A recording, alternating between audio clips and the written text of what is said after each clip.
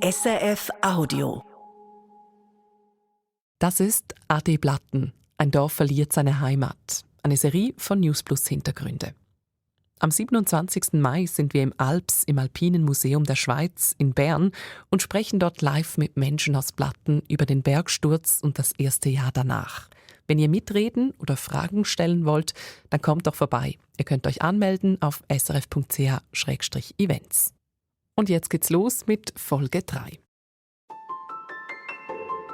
Manchmal wachst du auf aus einem Traum und alles, was bleibt, ist ein komisches, unscharfes Bild.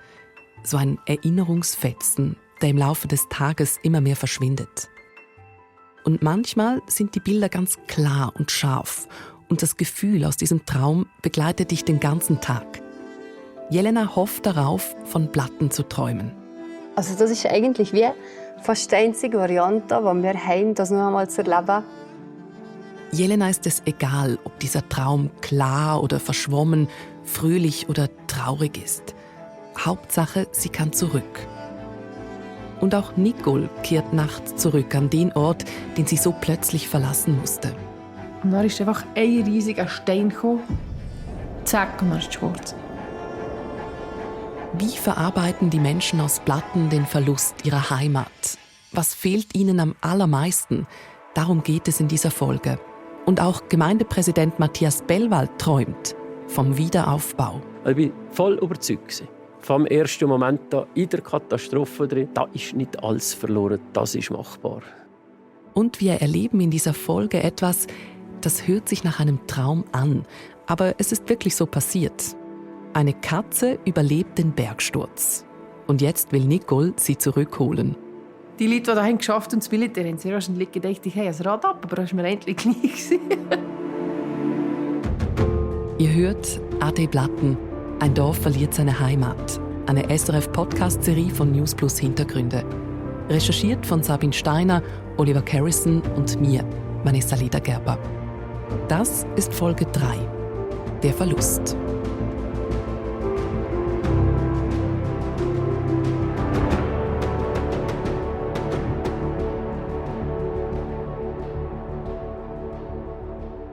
Jelena Kalbermatten wacht auf, am ersten Tag nach dem Bergsturz. Die riesige Lawine aus Geröll und Eis hat ihre Heimat und die von rund 300 Menschen unter sich begraben. Jelena wacht auf aus einem tiefen Schlaf, geträumt hat sie aber nicht. Und dann hast du sogar wieder gecheckt, was ist passiert. Und dann hast du so in Gedanken, dann hast du einfach an das ganze Plateau gedacht. Hast also die Erinnerung auch wieder aufgekommen an das Dorf und so. Jelena nimmt ihr Handy in die Hand. Sie ist überwältigt, wie viele Menschen an sie denken. Ich habe so viel WhatsApp bekommen. Wir haben so viele Leute geschrieben und wirklich so viele liebe Nachrichten.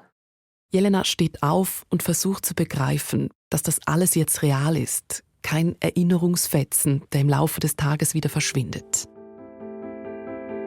Jelena ist in Verden, in der Nähe von Blatten.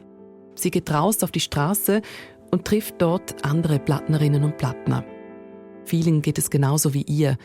Sie können kaum glauben, was passiert ist. Das verbindet.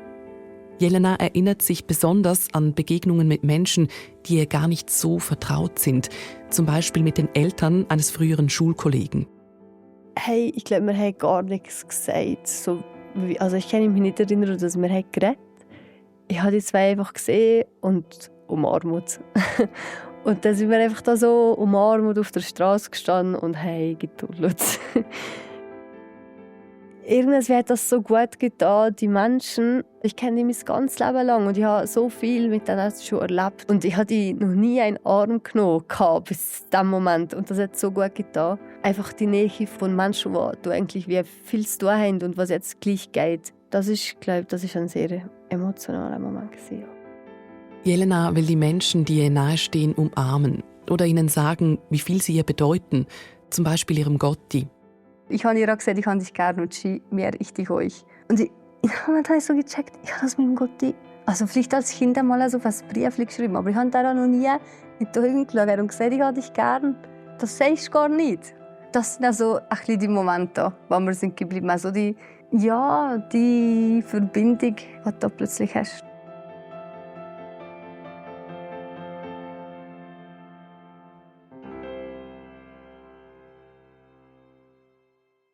Nicole Kalber-Matten ist mit ihrer Familie in Wieler, mit ihrem Mann, ihren Kindern. Sie sind 4 und 6. Du tust jeden Tag schauen, dass du die über die Bühne bringst. Du stehst auf, du schauen, dass das Kind Frühstück kommt. Wir haben dann oben an der Ferienwohnung, wo wir waren, einen wunderschönen Vorplatz mit dem Trampolin. Das war super. Oder auch die Kinder von diesem Haus, die Nachbarn, sind super. Sie haben sofort Kollegschaft mit diesem Kind geschlossen. Mir war es einfach wichtig, dass es dem Kind gut geht. Wenn es ihnen gut geht, geht es auch Nicole gut. Oder zumindest weniger schlecht. Aber so wirklich realisiert auch sie noch nicht, was passiert ist. Und als sie durch das Nachbardorf spaziert, merkt sie, wie unterschiedlich die Menschen mit der Situation umgehen. Du hast einfach sofort gemerkt, es gibt Menschen, die mit dir reden, die haben dich umarmen. Und es gibt einfach Menschen, die können darüber nicht reden. Das ist ja auch komplett normal. Dann hast du sofort gemerkt, wenn dir jemand entgegen ist, hat er vielleicht einen anderen Weg eingeschlagen oder ist jemand, der mit dir reden und gefragt, wie es geht. Also alle haben immer gesagt, ich frage jetzt nicht, das ist eine dumme Frage, zu fragen, wie es dir geht. Aber ich habe es dann gleich schön gefunden, wenn die Leute einfach mit dir geredet haben, gefragt, wie es dir geht, trotz allem. Und ich meine, alle immer hast gesagt, ja, es geht eigentlich nicht gut, aber ja, bist einfach froh, dass es mit jemandem normal ist, ein bisschen hängert. Hängert, das heißt reden. Der Tag nach der Katastrophe ist für Gemeindepräsident Matthias Bellwald vor allem ein Tag, an dem er sehr viel zu tun hat. Der Tag danach ist schon die Arbeiter noch im Vierungsstab. Er muss abklären, organisieren, kommunizieren. Medienarbeit ist ein großer Teil davon. Auch um die Menschen aus Blatten zu informieren. Wenn nichts mehr funktioniert und kein Telefonanschluss mehr funktioniert, dann haben die dich am Fernsehen natürlich gesehen. Und dann hast du Botschaften natürlich auch absetzen, die Wohner, die eigenen Leute. Die Leute werden zum Beispiel vor weiteren Gefahren gewarnt.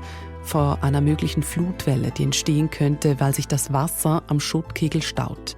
Eine weitere Katastrophe, die aber zum Glück nicht eintritt. Und dann gibt es noch eine andere Botschaft, die Matthias Bellwald wichtig ist. Ihr könnt euch darauf verlassen, sicher wie wir euch lebend haben in diesem Dorf.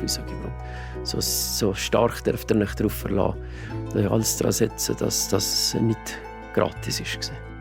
Was Matthias Bellwald damit meint, ist, er werde alles daran setzen, dass Blatten wieder aufgebaut wird.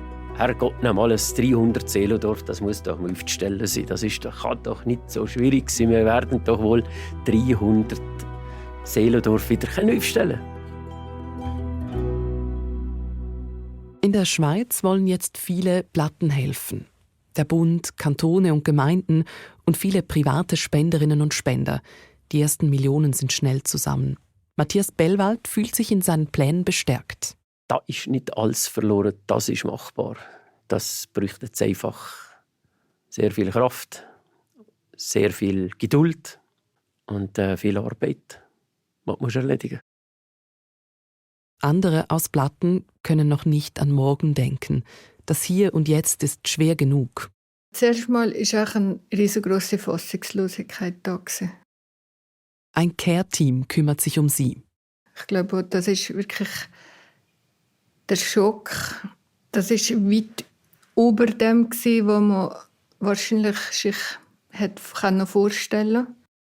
3 Notfallpsychologinnen und Psychologen sind nach dem Bergsturz vor Ort. Mein Name ist Claudia Brandschen. Ich bin Psychotherapeutin und Notfallpsychologin. Claudia Brandschen wurde direkt nach der Katastrophe von der Walliser Rettungsorganisation aufgeboten. Da haben wir den Leuten eigentlich ein Angebot gemacht. Sie können vorbeikommen, sie brauchen nicht irgendwie sich voranzumelden und so weiter. Am Tag nach dem Bergsturz ist das Care-Team in einem Schulhaus in Kippel, ganz in der Nähe von Blatten, untergebracht. Und dann haben wir einzelne Räumchen gehabt, wo wir einfach geschaut haben, dass doch, wenn das improvisiert ist, irgendwo ein Tisch ist, wo man so ein bisschen in die Runde hocken kann. Wir haben geschaut, dass Verpflegung da ist, irgendwie Snacks und Früchte und Tee haben wir anbieten und Kaffee. Und haben da am Tisch eigentlich mit den Leuten geschaut, was brauchen sie in dem Moment. Die Bedürfnisse sind individuell. Alle reagieren unterschiedlich auf das, was passiert ist. Wir reden von einer Reaktion, und zwar eine akute Belastungsreaktion. Und wir gehen davon aus, dass die Reaktionen, die recht heftig sind, völlig normal sind auf ein sehr heftiges Ereignis. In dieser ersten Akutphase sei für Gefühle und Verarbeitung oft noch gar nicht wirklich Platz. Ich denke, es geht wirklich darum, die Situation, also wie es ist, anzunehmen und probieren, jetzt da zu schauen, was braucht es als nächste Schritte. Im Zentrum stehen jetzt also vor allem organisatorische Fragen. Haustiere, die vermisst sind, wo man vielleicht wissen kann, jemand suchen. Es haben Medikamente zum Teil gefehlt und Hörgeräte und so weiter. Es hat ganz viele Bedürfnisse gegeben, was es zu organisieren gibt. Und da hätten alle mitgeholfen. Der Zivilschutz, die Bevölkerung, die anderen Lötschenthaler Gemeinden. Diese Solidarität beeindruckt Claudia Brandschen besonders. Die ganze Talschaft hat mitgelitten, auch wenn sie nicht direkt betroffen waren. Das sind 4 individuelle Gemeinden, die auch in gewissem Sinn, wenn ich das von außen beobachten darf, eine eigene Identität haben. Wie das nachher zusammen geschafft hat, wie die Leute einander helfen und Anteil haben genommen aneinander und mitgelitten haben, da kann man einige Situationen sehen, die mich beeindruckt haben. Die Solidarität ist auch außerhalb des Lötschentals groß. Es kommen immer mehr Millionen zusammen. Und Kleider. Beim Bahnhof Gampel gibt es eine große Spendenbörse für die Menschen aus Platten. In einem ehemaligen Western-Restaurant mit viel Holz, Kakteen als Deko und gemalten Sonnenuntergängen an den Wänden. Das erste Mal, wenn ich da war, das war ein riesiges Durcheinander. Also sie haben probiert, Ordnung drin zu bringen und irgendwas wie da T-Shirt, da Hose. Aber die haben so viel Material gleichzeitig bekommen. Die sind dann zum Teil das noch am Auspacken gewesen. Und zum Teil sind auch wirklich Sachen drin, die kaputt waren und haben auf einmal sortiert, was kann man überhaupt noch brauchen und was nicht. Also riesige Hügel von Kleidern. Jelena kämpft sich durch diese Hügel und findet Sachen, die passen. Ich habe ein paar On-Turnschuhe, weil ich so gedacht, oh mein Gott, wer gibt die ab? Aber die haben mir genau gepasst. Die habe ich da, ja, ein paar Turnschuhe. Zum Teil waren es, glaube ich, einfach Sachen, die Leute bestellt und nicht zurückschicken oder so. Weil, also ich weiss, ein Bikini habe ich mitgenommen. Das war noch voll verpackt. Also das hat einfach irgendwas online bestellt und nicht zurückgeschickt. Du hast einfach da alles gratis mitnehmen, was du willst. Und irgendwie bist du mega nicht wohl damit. Und auf eine andere Art bist du so froh, dass du einfach irgendetwas hast haben zum Anlegen. Auch Nicole Kalbermatten kommt bei der Spendenbörse vorbei mit ihren Kindern. Sie haben eine Lieblingsecke. Da war so eine Bühne voller Spielsachen. Und da habe ich dem Kind wirklich beide einen grossen Sack gegeben und gesagt, geh einfach holen, was er will. Das war mir gefallen. Und ich muss sagen, es war wirklich schön. Und sie sind zuerst so perplex. Ja, was? Ich kann holen, was ich will. Und gesagt, ja, das ist alles frei, er darf nehmen, was er will. Und dann greifen die Kinder zu. Mein Sohn hat ein paar Spielautos geholt, ein paar Lego. Lena hat eher Plüschtier, etwas Barbie und so. Nicole staunt, dass sie nicht noch mehr in den Sack stecken. Es hat gar nicht so viel gebraucht, für dass sie wieder happy sind. Es ist aber gar nicht so einfach, bei all den Kleidern den Überblick zu behalten.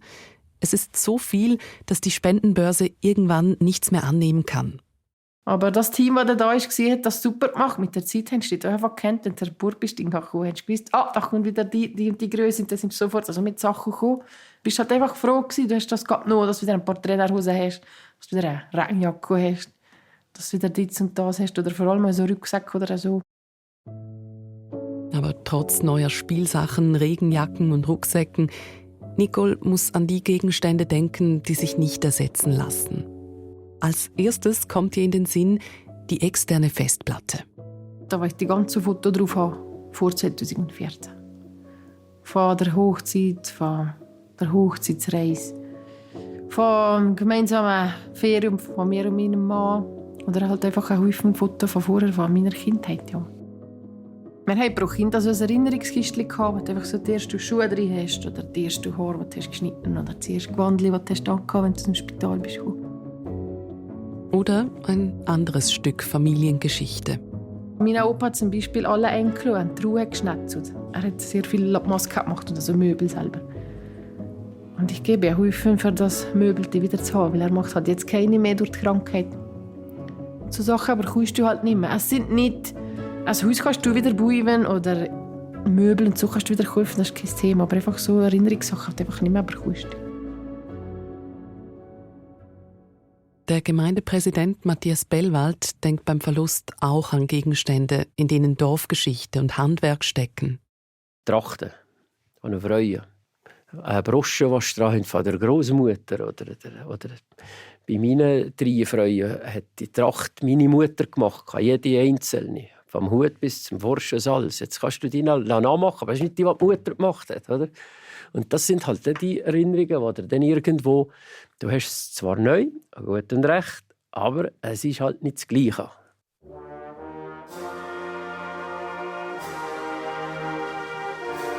Nicole geht es in der Zeit nach der Katastrophe am besten, wenn sie Lieder wie dieses hier spielt, in der Blasmusik.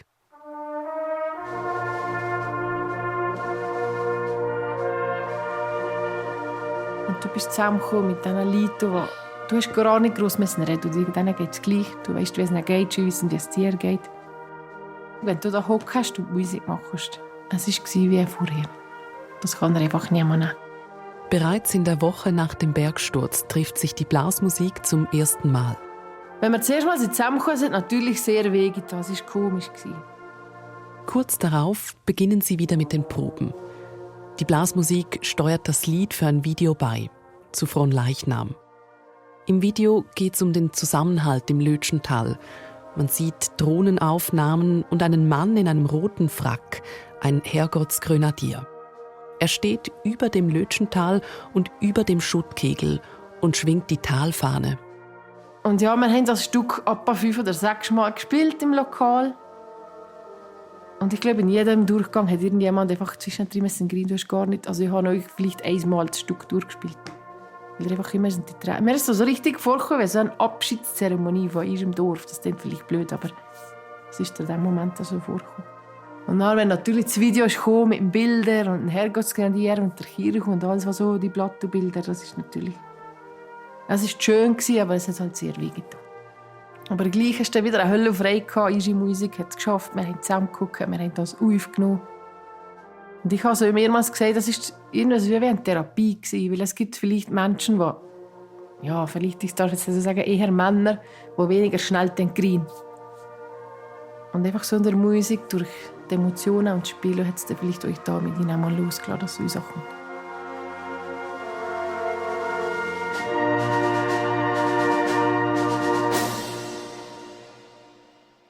Auch Jelena fragt sich, wie sie Abschied nehmen kann. Sie will das Ereignis verarbeiten. Aber irgendwie will sie sich nicht beim Care-Team melden. Ja, also wenn das mit einem Psychologen halt ist, da ist einfach ein Hemmschwelle an irgendwas wahr. Hast du einfach das Gefühl, du musst da, ich weiß auch nicht. Sie weiß aber auch nicht, was ihr wirklich hilft. Und ihr wird immer mehr bewusst, wie prägend dieser Bergsturz für sie ist. Ich glaube, das ist wie so ein Bruch in meinem Leben. Also es wird für immer und ewig wird's vor dem Bergsturz und nach dem Bergsturz geben. Jelena fragt sich, wie sie all das verarbeiten kann. Der ausschlaggebende Punkt war eigentlich wie, dass ich gemerkt habe, das, was anderen helfen, hilft mir nicht. Also man hat Nähe zu Gott geholfen. Die sind in die Kirche gegangen, weil es auch schlecht ist. Das hat mir nichts gebracht. Also wirklich nicht. Aber ich dachte, ja, also sorry. Also meldet sie sich 3 Monate nach dem Bergsturz doch beim Care-Team. Denn etwas beschäftigt Jelena besonders. Ich konnte nicht mehr kontrollieren, wenn ich angefangen habe zu tullen. Also es ist plötzlich irgendeine Erinnerung von Blatttuch und dann habe ich getullt. In einem verrücktesten Moment. Und dann habe ich so gefunden, nein, das geht nicht mehr. In den Gesprächen von Notfallpsychologin Claudia Brandschen mit Menschen aus Platten geht es oft ums Weinen. Wir sind ja eher so ein bisschen kultiviert, dass man nicht brillen soll, wegen dem und so weiter. Und ich tue eigentlich die Lieder mütig und euch sagen, es ist nicht ein schlechtes Zeichen, wenn einem Tränen kommt. Sicher soll man es nicht unterdrücken, das ist wichtig. Wenn man das Gefühl hat, jetzt bin ich traurig und es kommt mit Tränen, sollte man das fühlen. Gleichzeitig könne man aber auch nicht pauschal sagen, Weinen hilft. Wenn das dann nicht aufhört oder wenn die Weinerlichkeit sich durchzieht und so weiter, ist sicher ein Zeichen, dass vielleicht der Verlust oder der Trauerprozess sich verlängert. Claudia Brandschen spricht von einem Trauerprozess, von einem Verlust, der tief geht. Es gibt dafür sogar einen Begriff, Solastalgie. Habe ich vorher ehrlich gesagt noch nie gehört und musste deshalb kurz googeln. Solastalgie ist ein Schmerz, der sich ganz ähnlich anfühlt wie Heimweh. Nur, dass man gar nicht weg ist, aber das Zuhause hat sich verändert. Oder es wurde zerstört, zum Beispiel durch Krieg oder Katastrophen. Und global gesehen kommt das immer häufiger vor. Alleine wegen Naturkatastrophen waren Ende 2024 10 Millionen Menschen aus ihrem Zuhause vertrieben. Also mehr als die ganze Schweiz. Die Zahlen sind in den letzten Jahren stark gestiegen, auch wegen des Klimawandels. Das lese ich im Bericht des IDMC, einer internationalen Organisation. In Blatten ist dieser Heimatverlust für mich irgendwie näher, greifbarer. Auch wenn das, was passiert ist, immer noch schwer zu realisieren ist. Vor allem für die Menschen aus Blatten selbst. Viele von ihnen haben sich seit dem Bergsturz Hilfe geholt, sich beim Care-Team gemeldet. Von allen Altersgruppen, allen Geschlechtern. Leute mit Kind, Eltern, alleinstehende Leute, ältere Personen. Es hat wirklich vor allem verschiedenste Anfragen gehabt. Und immer geht es in den Gesprächen auch darum, was haben wir hier alles verloren? Auf den ersten Blick Immobilien, Land, das Dorf, aber eben auch ganze Lebensentwürfe, sagt Brandschen. Und es geht auch um die Frage, wer bin ich eigentlich? Ich wollte nicht sagen, sie haben Identität verloren, aber sie haben Sachen verloren, die identitätsstiftend sind. Eben auch die Erinnerungsstücke, die Trachten, die Erinnerungskisten für die Kinder, die Truhe von Opa. Sie haben aber auch Gemeinschaft verloren, weil so wie das vorher Nachbarn sind nicht mehr die Nachbarn. Kulturgut ist sehr viel verloren gegangen. Museen, viele Masken. Vieles, was sehr, sehr identitätsstiftend ist für viele Leute und für die Gemeinschaft. Also im Einzelnen, aber auch für das Kollektiv. Und oft geht es in den Gesprächen um die zerstörte Kirche. Wo auch fast unvorstellbar ist, weil ich komme auch von einem Bergdorf, traditionellerweise geht man davon aus, da wo die Kirche steht, das ist echt sicher. Da passiert nichts. Oder die Kirche hat man immer an einem sicheren Ort gebaut. Und der Verlust von der Kirche und dem Friedhof, wo ein Ort von der Begegnung und von der Trauer ist, wo der Glaube sehr ein wichtiges Element hat, das ist auch nicht zu unterschätzen. Die Menschen aus Blatten hangeln sich in dieser schweren Zeit nach der Katastrophe von Tag zu Tag. Und fast noch schwieriger als die Tage sind für Nicole die Nächte. Sobald du dich ins Bett legst, die Kinder weg sind und du gar nichts zu tun hast, dann fängt einfach der Kopf an zu arbeiten. Du studierst über das Haus, über das Geld, über deine ganzen Sachen. Und dann kommen einfach die ganzen Sachen zurück. Du gehst durchs Dorf, du gehst im Beruf ins Musiklokal, hast da die ganzen Erinnerungen, alle Sachen, die du einfach vermisst.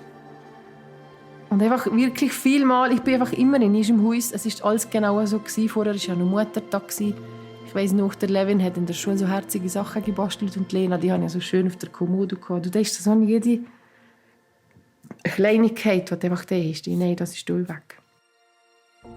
Sachen, die du einfach hättest mitnehmen sollen, wo du denkst, wieso bin ich so blöd gewesen und habe das nicht mitgenommen. So wie meine Festplatte, mein ganzes Foto von früher. Oder auch meine ganzen Fotoalbum von Kind. Von meiner Kindheit, ich habe von denen keins mehr, weil meine sind alle weg, die von der Mama sind alle weg. Und wenn ich dann mal geschlafen habe, hatte ich so Träume, wo du durch das Haus gehst. Und du einfach alles siehst, wie es war. Und denkst, das hätte ich mitgenommen, das hätte ich mitnehmen. Und nicht die blöden Unterhosen und Strümpfe, die in jedem Geschäft kannst du kaufen, gell? Ich habe nachher später sind dann auch Träume gekommen, wie ich bin nicht zurück in mein Haus gegangen. Es war nur ein Fenster kaputt. Das ist komplett unrealistisch, aber in dem Moment war das so schön. Und da weiss ich noch, ich bin durch das ganze Dorf gelaufen. Wir hatten alle frei, sie alle von anderen schauen, wie sieht es mit dir aus, ist der Flick kaputt gegangen. Das kann man dann wieder flicken. Also richtig ein Freudegefühl, weil alle wieder sind zurückgekommen und nicht so viel ist kaputt gewesen, wie eigentlich wirklich. Nach einer Woche hast du so auf und dann ist es so blöd, ehrlich, aber im Moment vom Träumen ist es halt wirklich eine schöne Phase gewesen.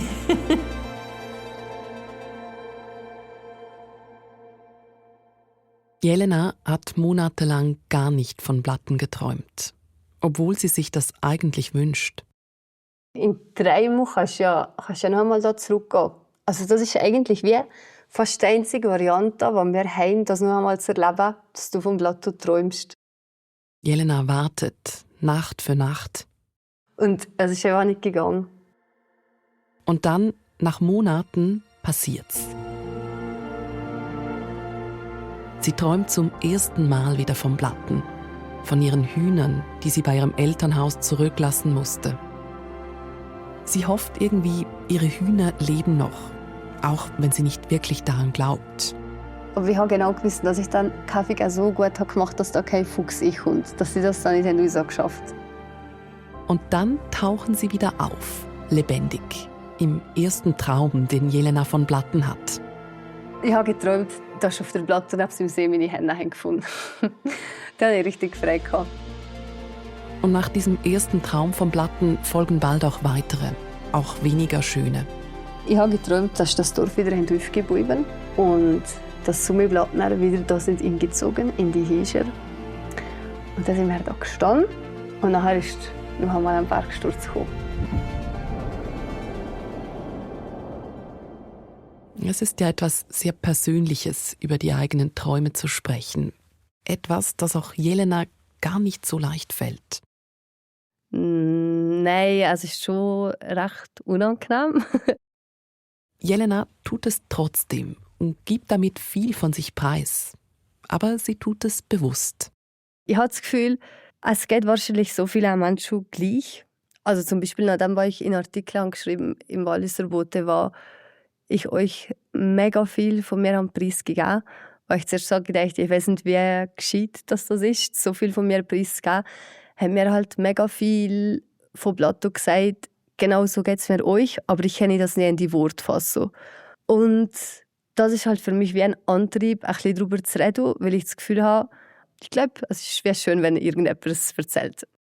Auch in den Gesprächen, die Notfallpsychologin Claudia Brandschen mit den Menschen aus Blatten führt, geht es immer wieder ums Träumen. Die Träume sind auch ein Abbild von den inneren Prozessen, die stattfinden. Interessant ist aber, dass sich die Qualität immer ein bisschen ändert. Von zuerst gar nicht schlafen auf gar nicht träumen, bis wieder zu Intensivträumen, phasenweise bis wieder gar nicht. Und aber hoffnungsvolle Träume oder auch Träume, die an gewisse Themen gebunden sind. In den ersten Monaten nach dem Bergsturz dürfen die Menschen aus Blatten nicht zurück in das Gebiet, wo das Dorf war. Auch Nicole nicht. Aber dann passiert im August ein kleines Wunder. Es ist so, meine Oma hat die Katze nicht mitnehmen. Und das war so ein bisschen ihr Partner noch daheim, dass sie nicht ganz alleinig ist. Die Großmutter von Nicole hat vor kurzem ihren Mann verloren. Am Tag, an dem er Geburtstag gefeiert hätte, klingelt Nicoles Telefon. Sie hat eine Katze gesichtet da ein, ob die jemand kennt. Und dann habe ich natürlich sofort die Katze erkannt von der Oma und gesagt, das ist das Maxi von meiner Oma. Und dann habe ich gewusst, gut, dass die lebt noch. Und sie hat einfach gerne gehabt, dass sie wieder eine kleine Kollegschaft hat. Und dann habe ich wirklich gesagt, ich habe das Telefon genommen. Mein Präsident angerufen und gesagt, ich weiss, du hast 100'000 wichtigere Sachen zu tun, aber das wollte ich dich jetzt gerade fragen. Aber darf ich bitte eine Bewilligung haben, für meine Oma probieren, die Katze zu fangen? Und dann hat er wirklich nicht lange gezögert und mir gesagt, ja, selbstverständlich, er macht jetzt eine Ausnahme, ich darf einen Nachtag hinschauen. Ich habe die Nacht davor keine Minute geschlafen. Ich war ja so aufgeregt und habe mir jenste Sachen überlegt, wie kann ich das Tier einfach für die Oma frei zu machen. Und dann bin ich am 5. August am Morgen mit den Arbeitern um 6:30 losgefahren. Und ja, also der erste Moment ist natürlich, das war krass. Und da ist einfach komplette Zerstörung, Verwüstung und gar nichts mehr. Und da habe ich halt natürlich gerade wieder einen Schutz gegeben, da habe ich einfach mich sammeln. Aber nachher drehst du dich um, schaust Richtung Chiamat, und da ist einfach alles wieder wie normal. Ist ja alles noch da, alles so wunderschön wie vorher. Dann bin ich über so noch ins Haus gegangen, wo ich gewohnt habe. Wir haben extra noch eine Aufnahme gemacht, wo ich im Katze heiratet. Das habe ich dann so mit der Boombox mitgenommen und da auf der ganzen Strecke, die ich bei gelaufen bin, abspielen. Also die Leute, die das geschafft haben, das Militär, haben sehr wahrscheinlich gedacht, ich habe ein Rad ab, aber das war mir endlich gleich. Das Katze habe ich leider den ganzen Tag nicht gefunden. Ich bin einfach da hin und her zwischen Eischen und in Halsschiro heisst es da hin und her und hin und her und ich habe das Tier gesucht. Und du glaubst das nicht, um 4:30 läutet mir einer von Eischen an, der da war in seinem Gebäude. Die Katze sind hier unter seinem Traktor. Ich dachte, das gibt es nicht, genau jetzt, wo ich muss gehen, kommt das Tier raus. Dann sind wir schnell rüber auf Eischen. Und da ist halt alles um die Schiere, das sind so Blocken und nicht mehr und nichts, da hast du keine Chance gehabt, ihr Katze zu fahren. Also wir haben schon gesehen, hat er das Fressen da gelassen, aber keine Chance, das Tier zu fahren. Dann bin ich halt am Abend heim, leider natürlich traurig, dass ich schon nicht bekommen habe, aber ich habe wenigstens gewusst, sie lebt noch. Dann haben wir nachher mit Fallen und also probiert schon zu fahren. Nach dem September hat die Tante schon mit ihm gefahren und zurückgebracht. Das war schön.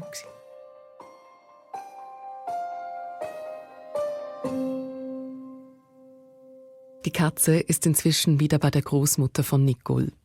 Maxi ist eines der wenigen Tiere, die den Bergsturz überlebt haben.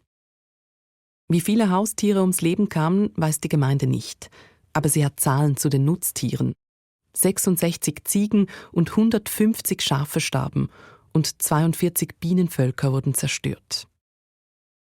Auch die Hühner von Jelena sind verschwunden. Aber Jelena will in der Zeit nach dem Bergsturz unbedingt noch einmal in ihr Haus zurück. In das Haus, in dem sie aufgewachsen ist. Es steht unter Wasser, aber ist nicht unter dem Schuttkegel. Das Dach ragt aus dem Wasser heraus. Und du hast gesehen, wenn du hast gespiegelt oder wenn du Fotos hast gezoomt, da sind zum Beispiel die Storen noch drin, die Schwänkel hängen noch von meinem Zimmer. Das sieht man noch jetzt. Jelenas Gedanken kreisen. Sie denkt immer wieder daran, wie es im Haus aussehen könnte. Ich kann mir recht gut vorstellen, was noch steht und was nicht mehr und was man vielleicht noch brauchen und was nicht. Anfang August dürfen einige für ein paar Stunden zurück in ihre Häuser. Es gelten strenge Sicherheitsauflagen, weil die Häuser unter Wasser stehen. Es braucht Boote und Taucher. Jelena muss noch warten, aber die beste Freundin von Nicole darf zurück in ihr Elternhaus. Und Nicole begleitet sie dabei. Also es war wieder schön, das Gefühl, da zu sein. Irgendwie wirkt es vertraut und doch fremd.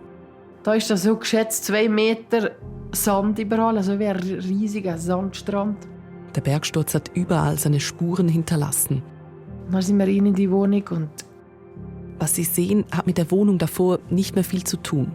da war alles schimmelig und nass und kaputt. Sie suchen trotzdem nach Gegenständen, die sie mitnehmen können. Die ganzen Möbel hat es halt durch das Wasser in die Luft genommen. Und dann, wenn das Wasser ist gegangen, halt wieder im Bringen, also wärst du halt gerade sind. Dann sind wir noch ins Unterdach ein paar Sachen geholt auf der Ski. Da ist natürlich kein Wasser drin, das hast du wieder kein Brühen. Es riecht komisch, muffig und feucht. Und es schmerzt. Ich muss sagen, es hat mir das Herz zerrissen. Ich habe ihnen immer nur gesagt, ich weiß nicht, wie es ihm tut, aber mir tut es sehr weh. Dann machen sie sich auf den Weg zurück, im Wissen darum, dass ihre Kollegin nie wieder in diese Wohnung kann. Und dann habe ich daran wirklich sagen, also ich persönlich bin froh, ist meins einfach weg. Meins ist weg, man sieht nichts mehr, die Sache ist erledigt.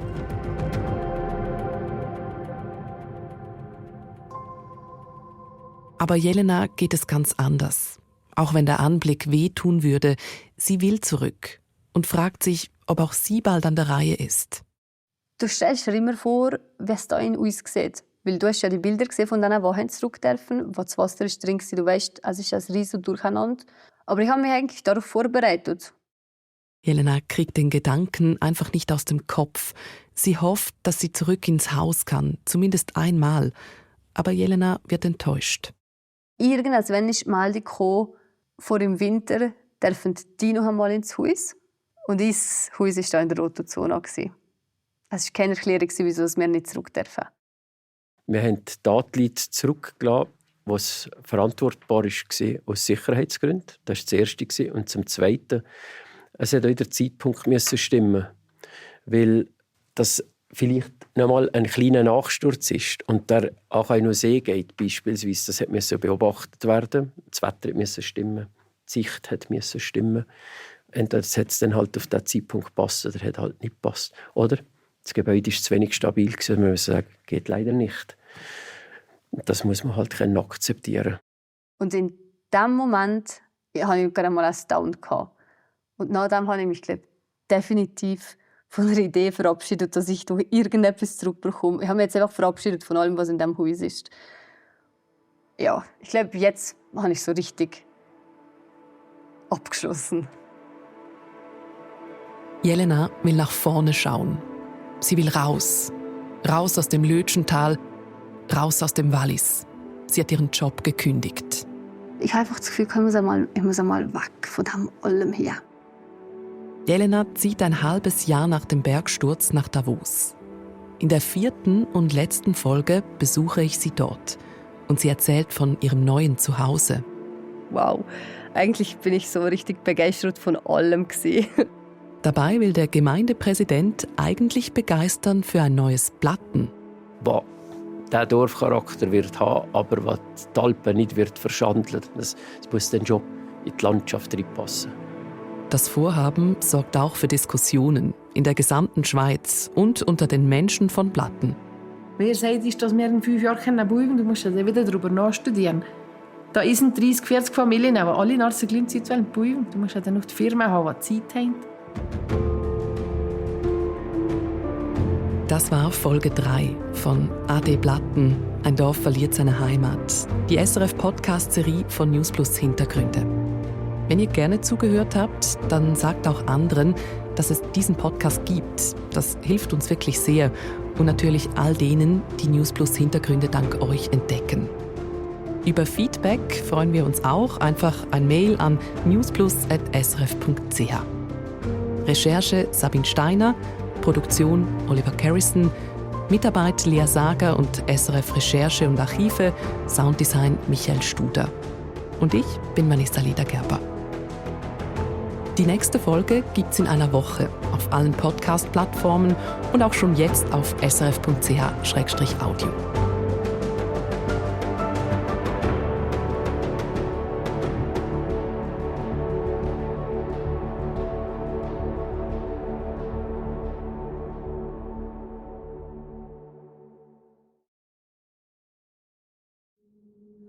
Das war ein Podcast von SRF.